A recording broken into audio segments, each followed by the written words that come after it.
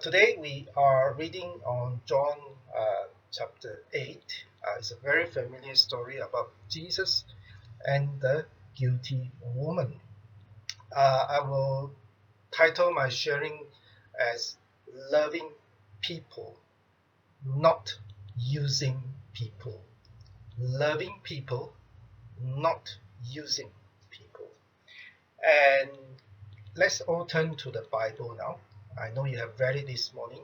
Um, let's read it one more time, okay? John chapter 7, verse 53. Then the meeting broke up and everybody went home. Is it? So, John chapter 8, verse 1. Jesus returned to the Mount of Olives, but early the next morning was back again at the temple. A crowd gathered and he sat down and taught them. As he was speaking, the teacher of religious laws and Pharisees brought a woman they were caught in the act of adultery. They put her in front of the crowd. Verse 4, Teacher, they said to Jesus, this woman was caught in the very act of adultery. The law of Moses say to stone her. What do you say? Verse 6, they were trying to trap him into saying something they could use against him, but Jesus stood down and wrote in the dust with his finger. They kept demanding an answer, so he stood up and again, all right, stone her, but he, to those who have never sinned, throw the first stone. Then he stood down and wrote in the dust. After the accusers this, they slipped away one by one, beginning with the oldest, until only Jesus was left in the middle of the crowd with the woman. Then Jesus stood up again and said to her, where are your accusers? Don't even one of them condemn you? No, Lord, she said. And Jesus said, neither do I. Go and sin no more. Okay, thank you. All right, I'm going to do a short introduction. You would have heard the word catch 22. And those of you who are movie buffs, in the 1970, there was a movie made based on a book written, Catch 20. The word where Catch 22 came from. And I look at the dictionary. Catch 22, the explanation is a paradoxical situation from which an individual cannot escape because of contradictory rules. A person cannot escape because of contradictory rules. And it is also considered a type of dilemma. Okay, for example, okay, there was a simple example. Let's say I have a printer. My printer ran out of a toner. And for me to buy a toner, I need to print out a form. But for me to print out a form, I need the printer, which need a toner. So this is called a catch-22 situations. So if we read through just now what Colonel Leung has read through, it is Jesus was basically caught in a catch-22 situations. Okay, in layman terms, you are caught between a rock and a hard place. Another example of catch-22 is very, very relevant for us today in this pandemic. To have lockdown, economy will suffer. People have a chance to stay alive. If you don't have lockdown, the economy could be alive, but people suffer. Okay, so it's really again a catch-22, which even a lot of government needs to deal with. Now, so why do we say that Jesus was caught in a catch-22 situations? Because if Jesus consented the stoning of the woman, he is guilty of breaking the civil law, the Roman law at that point of time, and he will be arrested. How do we know that? Let me refer you, okay, it is not specifically mentioned, but let me refer you to John chapter 18, verse 31, and we can find the clue there. John chapter 18 verse 31, when the leaders, okay, were appealing to Pontius Pilate. John 18 verse 31, Pilate said, "Take him yourself and judge him by your own law." And what did the leaders reply? "But we have no right to execute anyone." So this is the clue, is telling us that if Jesus has gone ahead, he is actually breaking the law, the civil law. But if he doesn't condemn her, he is guilty of breaking the Mosaic law. Okay, he is now guilty of breaking the Mosaic law, and his credibility as the teacher or the rabbi or the Christ. And furthermore, he did say that he came to fulfill the law. So essentially, you turn to the left, you get caught. You turn to the right, you get caught. And that's why when we read through chapter 8 just now, it is clearly mentioned that they lay a trap for him. Again, if you want to refer to the Mosaic law, I think some of the Bible reference should be there. It's in Deuteronomy chapter 22, verse 22, and it is also found in Leviticus chapter 20, verse 10. Okay, the Mosaic law said very clearly what is the punishment for the man and woman caught in adultery. Okay, now I'm just going to share two main points today.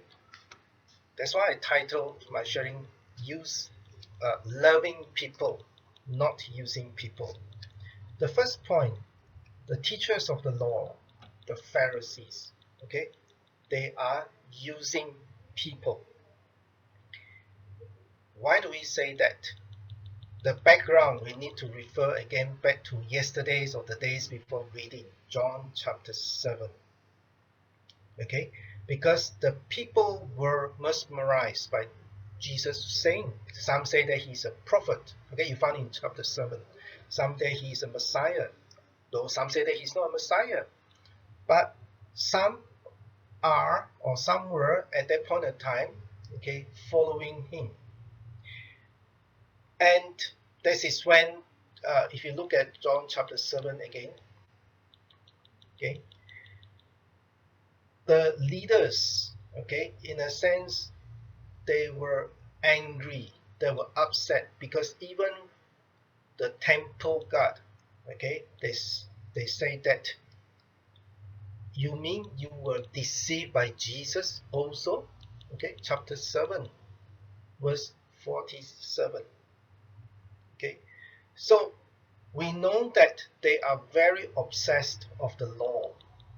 That's why they are called the teachers of the law. Okay, and who are these people? They are the scribes. They are expert in Mosaic law. They were the Pharisees, and they are legalists. Okay, so these are the two groups of people. And then we read that they dragged the woman out. Okay, and the woman, and we know, okay, she's not innocent because she was caught in the act. Chapter 8 verse 4. If you read chapter 8 verse 4, okay, she's caught in the act. And I believe it's covered in Being with Jesus or other Bible reference, that a lot of people were asking, where is the other person, the man? Has he been set free, or has he been stoned to death as well? Okay, it was not mentioned in the Bible. Where was that person? Okay, and some people said that probably the teachers of the law or the Pharisees, they have already passed a judgment. Okay, and they themselves now want Jesus, okay's opinion, either to justify their actions, or as we know today, that they want Jesus to be in a very tight situations. And of course, some people will say that it is a pure setup.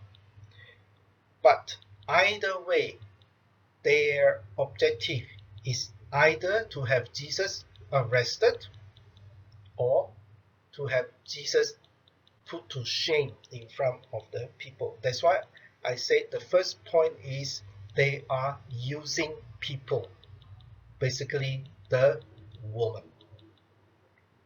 They are very happy to have a person, the woman, killed just to achieve their goals. Some people call this they love things and they use people. Okay, they love things, thus they are using people.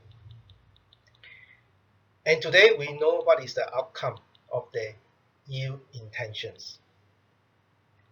They were schooled by Jesus instead. First thing, how did Jesus school them? From technicality point of view.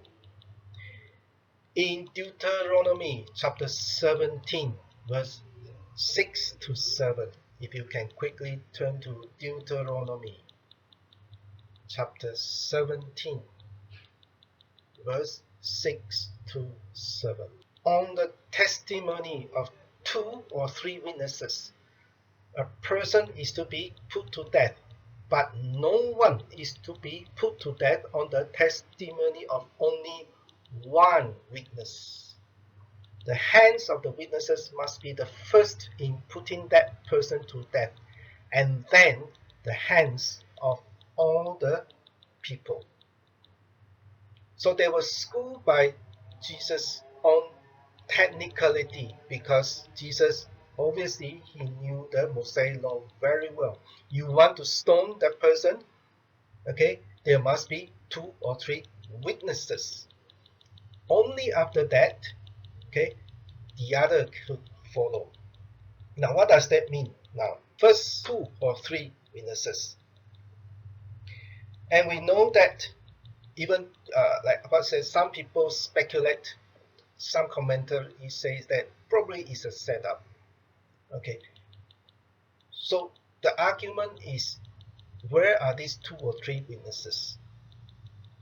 If they want to proceed and they profess to be teachers of the law and they have to follow the law. So, in a sense, this is debunked.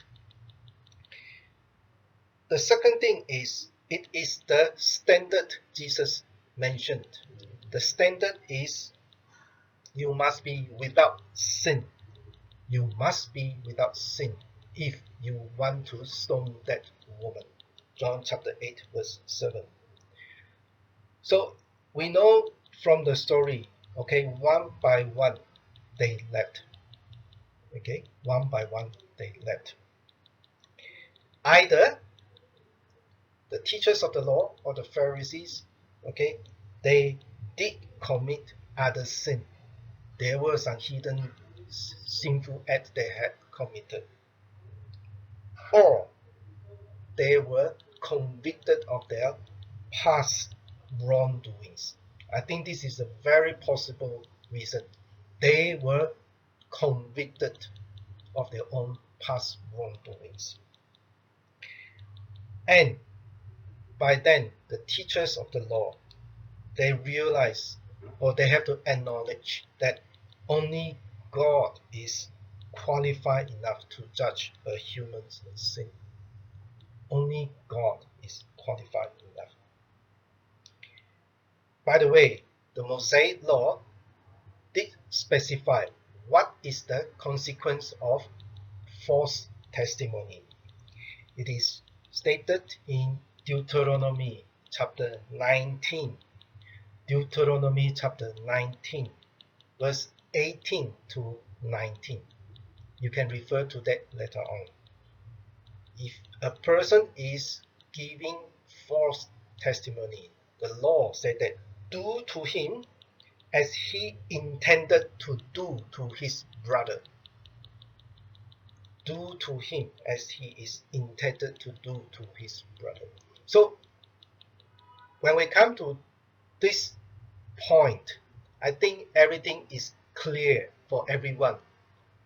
Okay, number one, if they have been setting up a trap, and if they have been getting some false witness, they knew very well what's the consequence. And most likely, I believe that they were convicted of their own sin at that point in time. So Jesus, being God, being full of wisdom, okay, I won't say he maneuvered himself. He doesn't need to maneuver himself out of a catch-22 situations. Essentially, he is schooling them. He is telling them it is not the civil law that he needs to obey. It is not, what they want him to say. Ultimately, it is not how to define sin. It is how sin is self-defined by the people who are convicted of their own wrongdoings. I repeat, it is not how one defined a sin. It is how sin is self-defined by people who are doing wrong things. So the first point is, it is reminding us, okay, do not use people, even in a religious context, when we want to achieve something. Do not use things. Things meaning, in this case, abuse of power to achieve their goals. Ultimately, Jesus saw it through what is their intentions. But he turned it around. And how did he turn it around? Of course, we know none of them remain. Because when we've read from the law, okay, just now I shared that the three witnesses must start throwing the stone, then the hands of the other people. So when the crowd saw that, the so-called witness also jabu already, of course they have to disperse, because they cannot pick up the stone already, right? So that's why I say Jesus schooled them in terms of technicality of the law, and then on God's grace and mercy. And this is where the second part I'm going to share. The second part is misery and mercy met together that day. Misery of the woman and the mercy of God met together that day. When Jesus asked, the woman, where are they? She said, no one, sir. Okay, other versions say, no one, Lord. And Jesus' reply is very simple. Neither do I condemn you. Okay, in the Greek, there's only 4 words. Go and sin no more. In the English translated from the Greek, go and sin no more. Go and sin no more. Jesus said this much earlier also in John chapter 5. Remember the guy waiting at the poolside? Yeah, Jesus asked him to pick out his mat. Okay, Jesus also said this to him: go and sin no more. And we know that the woman, she's in misery. Okay, she's caught in the act, and she is publicly displayed. You can imagine the humiliation that she is experiencing. Notice that Jesus didn't say, go and do whatever you like. But Jesus said, go and sin no more. This short few words, okay, is consisted of 2 commands. The first command, go, meaning the woman is forgiven. She is no more under condemnation. That is the first command. The second command from Jesus, sin no more. Sin no more.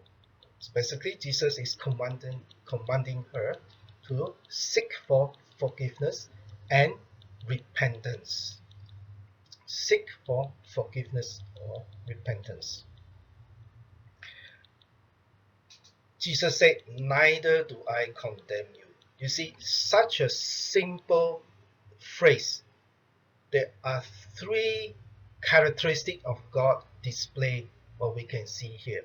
Neither do I condemn you. We see the grace of God exhibited. She didn't deserve it, but this is the grace of God, that she is no longer under condemnation. And we see compassion shown by Jesus. Compassion, because she is an object of entrapment. Essentially, she is used by the teachers of the law. But Jesus showed compassion. And we see here mercy of God. She is given a second chance. Okay, so from a simple phrase here, neither do I condemn you, we see the grace of God. We see God who is compassionate, and we see God who is merciful. And we know that only Jesus is qualified to, if he wants to pronounce a sentence on her, because he is without sin. But yet Jesus said, go, because he is encouraging her to a future that is pointed towards life and away from self-destructions. Because if Jesus just say, go and live happily ever after, I believe there is no true repentance, and she will still be in that cycle of self-destruction. So Jesus is basically giving her a new life. And grace, some people say, grace is clearly seen and appreciated because she knows her own personal undeservedness. She knows her own personal undeservedness. John chapter 8, verse 1 to 11 is essentially can be broken down into three parts. A very simple story. The first part, the law reveals our guilt. No doubt about it. 10 Commandments say, do not commit adultery. The first part, the law reveals our guilt. The second part, Jesus revealed God's grace. And the third part, verse 11, if you can just also continue to verse 12, which is the next day reading, God's love reveals hopes in our life. The law reveals our guilt. Jesus revealed God's grace. And God's love or grace give us hope in our life. And before I end the sharing, of course, we need to be clear here. Okay, I call it the care of the fallen. Jesus did not condone sin. Otherwise, he won't say in Matthew 5:28, if anyone look at the woman lustfully, he has already committed adultery in his heart. So we cannot misuse the story here and say we should never ever poke our nose into someone we know who is committing sin, adulterous act. Okay, because some people may turn this around and say, why are you so busybody? Didn't the Bible say that? Do not judge me. Okay, but Jesus didn't say that, and we shouldn't draw these kind of conclusions. But ultimately, what we need to understand is we are all fallen short of the glory of God. In Romans chapter 3, verse 23. We are all fallen short of the glory of God. And we are all justified freely by the grace through the redemption of Christ. And of course, there is an event that happened. Everybody should know by now. First released in New York Times in early February. A great Christian apologist, okay, uh, have fallen. Okay, and interesting. Last night in our DG study, this question was raised up also. What is our response? Okay, it is a very similar situation, but of course, this person, okay, has passed away. What is our response? But ultimately, I believe, okay, God is the one that will judge. God is the one that will judge. And when we are still living in this world, okay, we need to stay true to the gospel. And as I said earlier, okay, we should not be using people, but we should be loving people. Amen. We should be showing grace, compassion, and mercy, even to those who have fallen.